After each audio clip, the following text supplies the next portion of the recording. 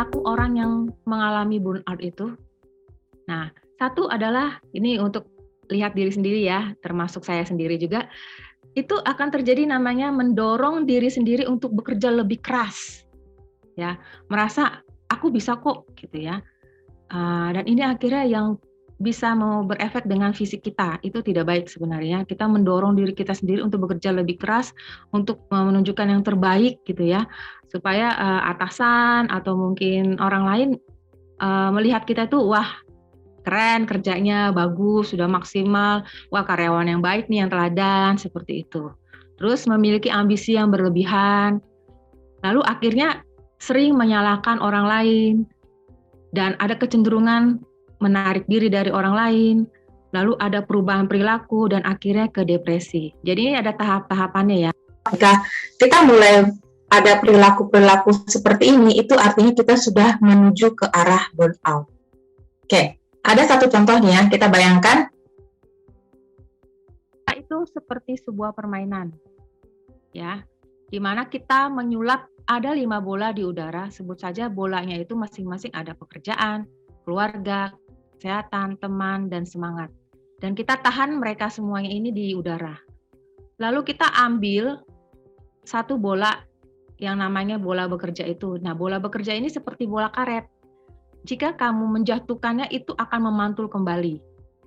Dan ketika bola karet tersebut, bola bekerja itu kena kepada keluarga, kesehatan, teman, dan semangat, di mana 5 bola tersebut terbuat dari kaca, itu akan berdampak bahwa bola tersebut akan menjadi rusak, lecet, bahkan berpotensi hancur.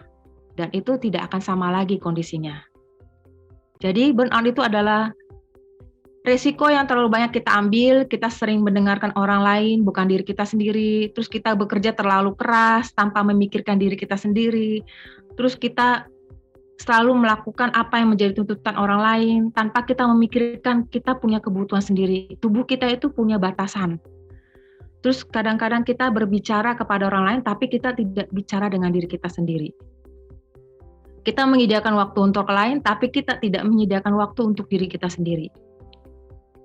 Terus kadang-kadang kita ingin, bentar.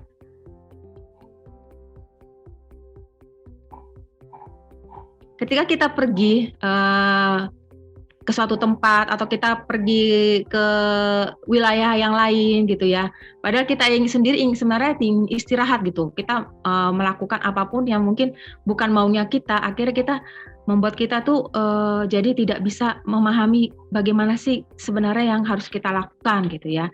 Akhirnya itu berdampak, akhirnya terjadi ketika kita melakukan apa yang dikehendaki lingkungan sekitar kita, kita berusaha melakukan tuntutan di lingkungan sekitar kita, itu berdampak juga dengan kita akhirnya kurang istirahat, kita sering begadang, terus pengen tidur tapi tidak bisa, kita menahan diri kita supaya tetap terjaga untuk bisa menyelesaikan apa yang diharapkan dari diri kita oleh orang lain. Jadi seperti itu. Jadi burnout itu artinya kita kadang-kadang ingin berlari lebih cepat dari diri kita sendiri, kita berusaha mengalahkan diri kita sendiri untuk mengungguli diri kita sendiri, tetapi dengan cara yang tidak tepat. Kita berambisi boleh ya, ambisi, punya ekspektasi, punya harapan yang tinggi. Semua manusia itu pasti punya harapan ya. Apalagi ketika sudah mulai memasuki dunia bekerja atau dunia jenjang yang lebih tinggi, kita berharap ingin menunjukkan kepada orang lain, ini loh saya bisa loh, saya bisa melakukan sesuatu yang lebih daripada orang lain yang bisa lakukan.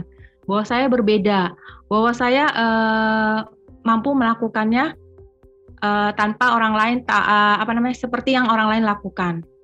Nah, itu sebenarnya kita harus belajar untuk mengenal batasan-batasan mana yang harus kita lakukan. Kita bisa melakukan sesuatu yang lebih ekspektasi dalam diri kita sendiri gitu ya. Tetapi kita harus bisa ada waktunya untuk ketika kita berlari kita berhenti. Ketika kita mengejar kita berhenti sebentar. Ada waktu jeda, ada pause-nya. Jadi tidak harus